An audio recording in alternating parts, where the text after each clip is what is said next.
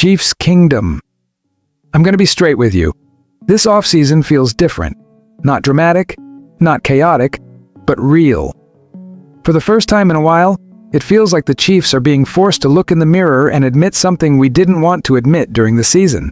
This roster has cracks. Real ones. And today's news matters because it confirms that feeling. Kansas City is heading into this offseason knowing tough decisions are coming. Decisions that go beyond coaching changes or depth signings. We're talking about core roster moves, potential trades, cap sacrifices, letting go of players we've gotten used to seeing on Sundays. So today, I want to break down 3 names on the Chiefs roster that are being discussed as legitimate trade candidates, and what each one means for the future of this team. I'm Victor, this is Chiefs Nation Update. And before we get into it, make sure you hit that like button and subscribe to help us reach 1,200 subscribers. Chiefs Kingdom, this channel is built for fans who want the truth, not sugarcoating. Alright, let's talk about the uncomfortable part of the offseason. The big picture first. The Chiefs are currently sitting $62.7 million over the salary cap. That number alone tells you everything. This isn't a minor cleanup offseason, this is a reset year. To fix that, Kansas City has 3 real options: cut players, restructure contracts, or trade players who still have value around the league. And according to reports, there are 3 names on the roster that stand out as potential trade candidates. Let's start up front. Jawaan Taylor, right tackle. Taylor has been a steady presence, I'll give him that.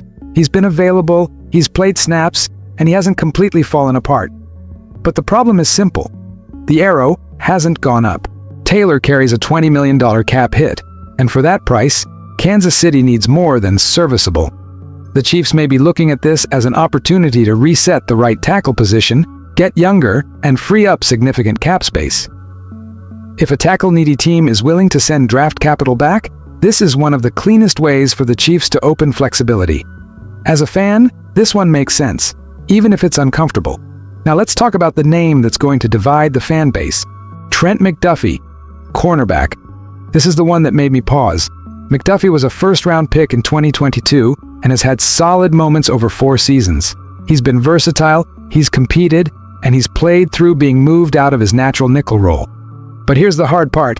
He carries a $13.6 million cap hit, and his production hasn't consistently matched that number. Playing him outside exposed some inconsistencies, and while he's still a good player, he hasn't become the elite shutdown corner you justify that cap hit for. From a roster-building standpoint, the Chiefs could look at this as a chance to reallocate resources, adding younger corners through the draft and building depth instead of paying top dollar for versatility that hasn't fully translated into dominance. As a fan, this one hurts more emotionally, but analytically, I understand the logic. And now the third name. And honestly, this one feels the most straightforward. Jalen Moore, offensive tackle. Moore signed a 2-year deal averaging $15 million per season, and there's really no way to spin this. It hasn't worked. His play didn't meet expectations. He didn't solidify the tackle depth, and the contract simply doesn't match the performance.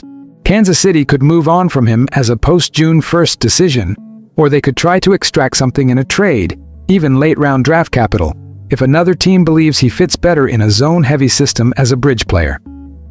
At this point, any value recovered here is a win, and when you step back and look at all 3 names together, a clear theme emerges.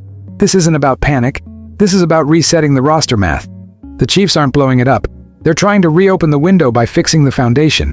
Cap space equals flexibility. Flexibility equals options. And options are what this team desperately needs after missing the playoffs. So what does all of this mean for the Chiefs right now? It means the front office knows the standard slipped. It means the Super Bowl or bust era requires constant evolution, not loyalty to contracts that no longer make sense. Trades like these aren't about admitting failure, they're about creating room to build the next version of this team around Patrick Mahomes. And yeah, it's uncomfortable, but sometimes the hardest offseason moves are the ones that put you back where you belong. Now Chiefs Kingdom, I want to hear your honest take. Which of these moves would you actually make? Who would you keep? And who would you move on from? Drop your thoughts in the comments. That's where the real Chiefs conversations happen. If you appreciated this breakdown, hit like, subscribe to Chiefs Nation Update. We're just getting started. I'm Victor, and as always, go Chiefs.